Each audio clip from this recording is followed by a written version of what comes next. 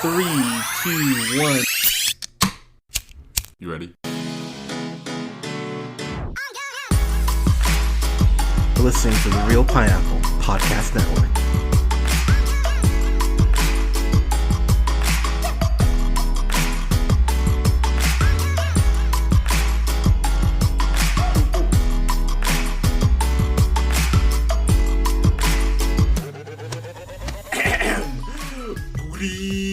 Everybody, thank you so much for listening. We are the Real Pineapple, and this is Hunter, and I'm here with Colin. Colin, how you doing, sir? I'm doing super chill, man. How you doing? I'm good, because we're talking about a movie that, I'm not gonna lie, I'm very curious to get your thoughts about. We're talking about Blockers, and I do not know who fucking directed this movie. Now I'm sitting here looking at it. Kate Cannon, apparently. Okay, has he done anything that we care about, or? It's a female director, actually, and she did. She was the screenwriter, actress, and producer, best known for Pitch Perfect, Pitch Perfect 2, and Pitch Perfect 3. Okay, well, one of those is good. Yeah, if you've listened to the podcast for the last 6 months, you know Pitch Perfect 3 is basically like my nemesis. I despise that movie. Pitch Perfect 2 is pretty bad, but Pitch Perfect 3 is it's an abomination. Yeah. But and she didn't direct those either. This is her directorial debut. But she was a screenwriter for those other two? Yeah, she was like a producer, helped write them. Yeah, she was kind of they were like her projects, yeah. She should be ashamed of herself. Okay, yeah. Well, poor shame to her. But I gotta say, man, did you get a super bad vibe from this? That's what I kept thinking. Yeah, I mean, I got like a this movie's trying to be super bad vibe. Oh, okay. So now I'm really curious because I think just from what you said just then, I think I like this way more than you. Oh, okay. Well, I mean, I don't hate it, but it's definitely not as good as Superbad. Okay, that I agree with you on. I will say, so here's the thing. As a big wrestling nerd, as an adult man, I'm pretty much required to hate John Cena. I think John Cena sucks, as the fans usually chant. But this guy, I gotta give him credit, man. He's kind of gone the Terry Crews route, where he's gone more into the comedy realm as far as acting. He was, I thought he was great in Trainwreck, which is one of the few good things Amy Schumer's done in her career. And while I'm not stoked for him to be in this new Bumblebee movie, I mean, he might be all right. And he was in Daddy's Home too, and he actually made me laugh in that one. The few things that made me laugh. I gotta say, man, I enjoyed the shit out of John Cena. He made me laugh really hard multiple times. Yeah, he was probably my favorite part of this movie. I really like the direction his career has gone, where he's now just kind of making fun of himself. He's, playing this character in these movies where he's typically a big dork, or he has some kind of quirk that he's making fun of himself while he's playing his part. I thought he did really good in this movie. I also liked the dude that played Hunter, Ike Barinholtz, the dude from he was one of the co-stars in Neighbors as exactly. Well. Yeah. I liked him as well. I thought they did. He also did a good job. So Leslie Mann is in this too, playing Lisa, and I gotta say, man, Leslie Mann, she just looks. She looks great to me. Apatow's a lucky man, but she's really good at nailing her comedic timing. She's really good at that, and I think I thought her arc was the second most interesting. I thought Ike Barinholtz, who plays Hunter, a great name by the way. His arc with his daughter, Sam, played by Gideon Adlon, I thought that was genuinely heartwarming. I gotta admit, man, I'm secure enough to admit I got feels. Watching those parts between the two of them. I was like, "Aw." And what I will say about this movie is it brings up a really valid point about the concept that, hey, teenage girls have sex. I mean, MTV's proof of that, but but it does bring up the whole concept of, hey, sometimes women just want to have sex. Doesn't always have to be emotion attached to it. And I actually appreciate appreciate the film for making that stance, but I didn't feel like it was it was like hammered in phrasing into the movie. It was just a very, I thought, valid point to kind of bring up. Kind of your thoughts on that. Yeah, it's an interesting point you're making, just like kind of empowering like younger women. So I guess that's the big distinction to be made with this movie too. Like when you brought up Superbad, is like is this like the female Superbad like type of thing, like where it's the young girls are kind of allowed to be the sex crazed type of teens, trying to lose their virginity. Like is that why this movie is like supposed to be celebrated? I guess is because it's like empowering the girls, like that. I guess that's super cool in that way. And I did like a lot of the storylines that played out because of it. One distinction to be made, I guess, between like a Superbad and this one is that you do get, I would say probably over half the time, it's focusing on the parents. Like it's definitely like it's like a lot of the movie is heavily focused on the parents. Like that's where a lot of the comedy is coming from. I didn't necessarily get many laughs from the girls. I don't know if any of them were actually that funny to me. Like they didn't seem like they were that, like none of them were, very funny. They were probably like their parts were more serious. Like they weren't bad actresses. They were just kind of like, in a comedy, they like a lot of their jokes like were never landing for me. I just didn't think it was very funny. What did you think about their, like, the comedy aspect of their storyline compared to the parents? So, Geraldine, I'm gonna butcher her last name. I'm sorry. Viswanathan? Sure. She plays Kayla, who's John Cena's Mitchell's daughter. And I thought she was the funniest one out of the three of them. She made me laugh quite a bit. There's a line I'm paraphrasing where she says, like, dicks aren't supposed to be pretty. They're just supposed to be used for like plungers. And I was mid bong hit. I mean, what? When I heard that line, and I laughed. I was laughing for a solid 5 minutes after that. I was like, okay, that was actually pretty brilliant. I thought she was the funniest out of the three, and I thought a lot of the comedic stuff between the three of them, a lot of it funneled through her. By the way, I do have to give the movie credit for something. John Cena playing Mitchell, it would have been so easy for them to go, hey, he has a blonde white wife, and they adopted this, I think she's Pakistani, this Pakistani girl. Like, they so could have went that route. And the fact that he actually has a Pakistani wife, I went, oh, okay. That I was actually, to be honest, I was kind of surprised by that. I thought they would have gone the, like, kind of the blindside route of, oh, hey, we saved this minority from... That felt super forced to me, to be honest. Did it really? Really? Yeah. I mean, it just seems like that's the state of Hollywood that we're in these days, is like they're just going to try and assert, like, any kind of, what's the word, diversity that they can, so that people will give them a slap on the back, like good for you guys type of thing. Interesting. And like, that was my initial reaction to it. And it was mostly because, like, honestly, like, this is gonna just sound mean, but I'm just like, she's not that good looking.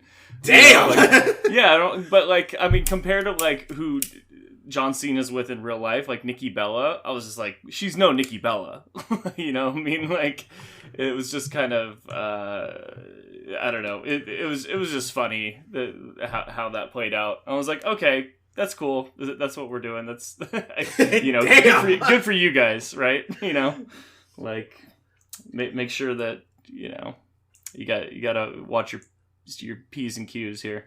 Hey, personality matters, Colin. But keep that in mind, kids. But I mean, I could kind of see how you would get that. Cause yeah, I mean, you see Nikki Bella. I mean, she shouldn't talk, but but I mean, yeah, she's beautiful, and so I thought his wife was pretty though. If there's a complaint with the wife, Marcy, by the way, played by I'm gonna butcher this again, Saryu Rao. She has jack to do. She has like one scene, kinda. Where she's arguing with Leslie Mann's Lisa, and that's really the only screen time she gets outside the very beginning. And I get why that is, because the plot, the way it kind of breaks down, she doesn't need to be a big focal point. But I did kind of go, like, okay, you could have found a way to bring her along. So I thought that was kind of... It was a weird relationship in general. And, like, when I say that, like, when I'm just like, oh, she's just, like, not good looking enough for John Cena, like, you know, I'm not just trying to like bash her, but like it was like there was no redeeming qualities either. Like there was nothing like, you know, where she was like, you know, overly sweet or they never developed that relationship at all. And I was just like, I just don't get it. I was like, I don't understand this relationship at all. And like you said, she's like barely in the movie, like except for like one scene where she's like in a robe, like getting super mad that John Cena's out doing whatever he's doing. You know, trying to find their daughter. That was just like a really weird relationship to me in general. If there is another real big complaint I had, Hannibal Buress is in this, and he's in it for maybe 5 minutes. I just went, I was like, oh, Hannibal Buress is in this. That's awesome. He's always great though. He is always great, and him and Hunter's reaction is really funny because he's a dick to Hannibal Buress' character, really, just because he's with his ex-wife, and really not a reason to be a dick to him, but that ties into probably one of my favorite things about the movie is that Hunter at first, like much like myself, seems like a total goon, but then you find out, you know, he's got a kind of a soft center. He feels, and I thought the way they developed his storyline and how it kind of wrapped up, I went, that was actually kind of surprising, to be honest with you, that it got as deep as it did. And then with his daughter, honestly, and I know some people will say maybe it's pandering, but with his daughter Sam, her coming out as gay, it didn't feel forced. It felt like a very natural, like, hey, you know, I kind of looked at guys, thought maybe, and then I looked at girls and went, oh, yeah, this is way better. And I was like, oh, okay. Like it didn't feel preachy, if that makes sense, which I feel like it's that felt pretty authentic to me, I thought as well. Yeah, I was like, oh, okay, that was actually, and I'll be honest, out of the three girls, she would have been the one I went after in high school. Like, I was sitting there, and I was like, she's a nerd, she makes a Smog reference. I was like, oh, Tolkien, nice. I was like, yeah, I totally would have gone after her. Out of the three of them, I would have gone after her. And she goes after this girl who does live action role playing, and I just went, oh my god, yes. I was like, yes, you two are so adorable. But so I think with comedies, kind of like horror, we really do kind of rate as far as, you know, did it scare you? With this movie, obviously it's a comedy. You go, how much did it make you laugh? I laughed really hard throughout all of this because John Cena, he is playing the goon. There's a point where he is pretending to eat his supposed wife's underwear. He's like, I'm gonna be all over you like a billy goat, I think is what he says. And he's like eating the underwear, and she goes, oh yeah, she's like, oh yeah, those are your daughters. And Cena's reaction, he played that shit up for laughs, and I went, oh okay, like bravo sir. Like that made me laugh. There's a Tokyo Drift reference in here where they're trying to drift and they just fuck up this car, and I laughed so hard at that. And they have a limo driver, the kids do, going to prom, who tries to slide across the hood of the car and goes, Duke's a hazard, and just eats shit. And I laughed for like 10 minutes after that happened. I got a lot of good laughs out of this, honestly. What about you? Yeah, I didn't like as much how you're describing it. Like I just was not laughing like that. Like, but I do agree that like the big laughs did come from the three parents for sure. Yeah. Like Leslie Mann, you pretty much know what you're going to get from her at this point. True. She's a very similar character to what she always plays, but she's good. She has good comedic timing, you know. But she plays that mom character in like everything she does. But she, you know, has she's Judd Apatow's wife, and has done a lot of those types of movies like with him. And she's just good in that role. So I mean, there's nothing wrong with that. She's definitely not a problem with the movie. And then the two guys, I genuinely like Ike Barinholtz. I think he's a pretty funny guy. And then yeah, John Cena, he's just like becoming more and more of like a guy you want to go see in the theaters. Like he's really funny. He commands the scenes that he's in. You know, this was definitely, I felt like a John Cena movie. Like he was the main star that like I really liked watching. He was really funny. Yeah, I just, you know, the story's good. It's a coming of age story with the girls. But I don't know, I just didn't get a lot of like real laughs. Like a lot of the jokes between the girls I thought were a little cringy. They just like, you know, they weren't that funny to me. But the parents I thought had some good on-screen chemistry. I liked them, that for sure. Okay. What I will say is there's one scene in this movie that had me. It reminded me of Mike and Dave Need Wedding Dates when the guy from Silicon Valley is like massaging the sister, like giving the sister an orgasm, and he looks right in Adam Devine's eyes. Gary Cole, who of course you know as a Bill from Office Space, he was in Pineapple Express, Talladega Nights.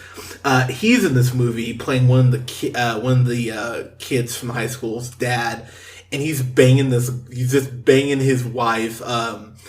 And they're doing like a prom role play, and he locks eyes with John Cena as he comes, and I laughed so hard. I went,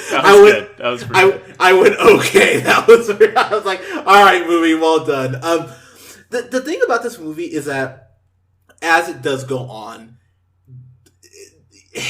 the reality does break down a little bit, because these parents are going out of their way to go, we're going to stop our kids from having sex, you know. And again, John Cena's wife does break down why they're insane for doing this. And honestly, every point she makes, I went, yeah, you're totally right. What is funny, though, is that Hunter, he keeps getting mixed up with this, I think he was Asian. If not, I'm sorry. But he keeps running this Asian kid and just fucking up his moment. And so this kid kicks him in the face like two or three times throughout the movie. There's just ongoing jokes like that I did find really funny. Mitchell, John Cena's character, trying to use quote marks and doing it incorrectly. I laughed really hard at a lot of that stuff. I will say if there is a complaint, a lot, and you kind of hit the nail on the head, Colin, because you're such a smarty pants. A lot of the humor doesn't come from the girls. It really comes from the one.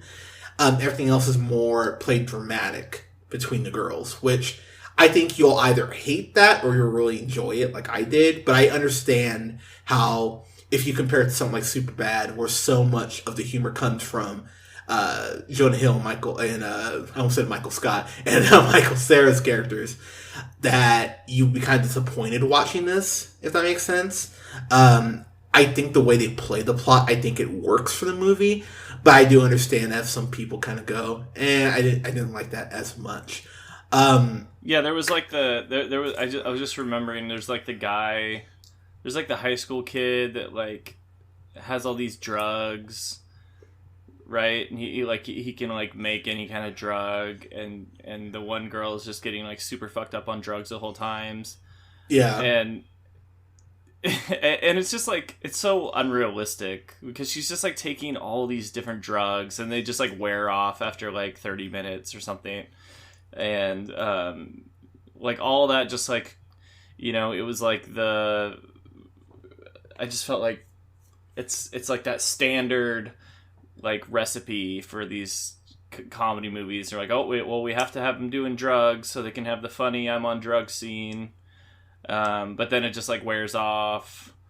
And like that kid just seemed so unrealistic. He was like, this master drug maker, and he was just like this like white kid from the suburbs, like in high school. I don't know. Like I wasn't buying all that, so it just wasn't funny to me, at least for some of that part. See, that kid got one of the biggest laughs from me when Mitchell just throws him basically through a wall. I love that, because like at that point I was like, I don't like this kid, so I was just like, I was happy to see him get thrown through a wall. So I'll be honest, that's the most unrealistic part probably of this whole film, is that John Cena just throws the kid through the wall. The kid's like, oh, I'm fine. I went, okay. I was like, that's John Cena's a big man. God, he's so hot. But he's a big, I mean, what? But he's a big dude. And him throwing this kid who's maybe $120 soaking wet through a wall, I went, you'd be down for the count, sir. At least for an hour, probably. But, the kid pops up like, oh, no, I'm actually okay. I was like, I don't think so. But, that's a mild complaint, I guess. In the end, man, just kind of wrapping up here, it comes down to how much I laughed. And I laughed really hard at this. I think if I paid to see this in the evening, I would have been happy with it. I am kind of leveraging it because I think I like Tag slightly more. Granted, it has more people I like, so but I would still give this a solid A-. I really enjoyed this, and like I said, this is coming from someone who's been kind of on John Cena, but I thought enough of the jokes hit.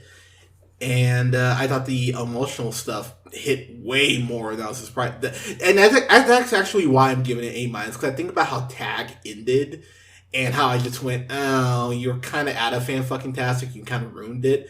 I think for me, the emotional stuff actually lifted this up for me. So, yeah, A- for me. Your final thoughts on Great Sir? Yeah, I really like John Cena. It's nice to know that, like, when you're, I mean, it's crazy to think that, like, all these movies now, it's like, there's like going and seeing The Rock in Skyscraper next week, or like in Rampage, and then like John Cena's like a star of Blockers. It's crazy the world we live in at this moment, but but he's actually good, so I can't even hate on him.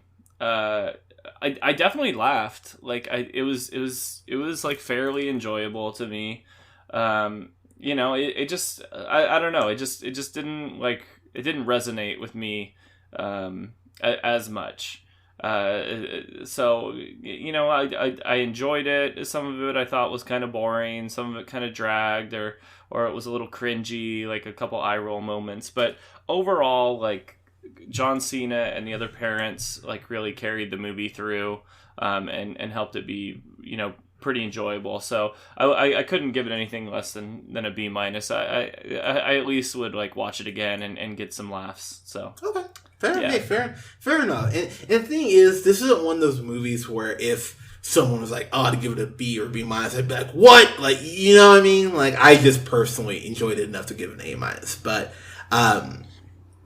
no, I honestly think a lot of your points are actually very well warranted, because again, you're so smart.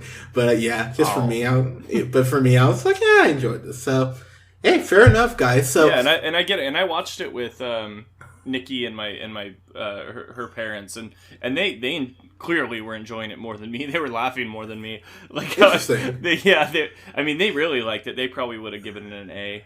Okay, but I was sitting there watching it with them, and some of the parts they were laughing at, I would look at them and I was like, that's not funny. but maybe I'm just getting too jaded in my age, so who knows. Hey, fair enough, man. But guys, let us know what you thought of I almost said cock blockers. That's not technically the name, but it's even though it has a big picture of a cock.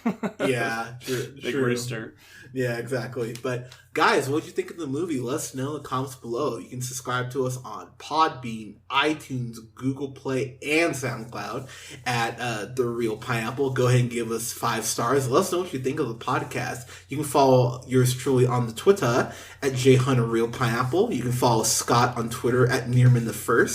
And you can follow our friend Colin here on Twitter at The Real O'Neill.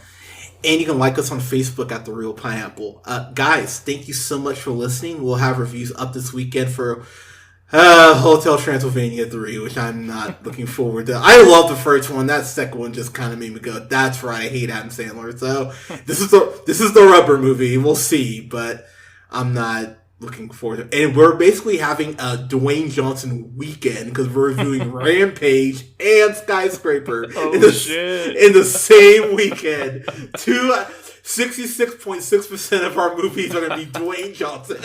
Oh, man. You mean Rock the Dwayne Johnson? Yeah, exactly. So basically Colin's favorite weekend we've ever had in this podcast. Oh, I love The Rock. But guys, thank you so much for listening. We'll talk to you soon. Bye.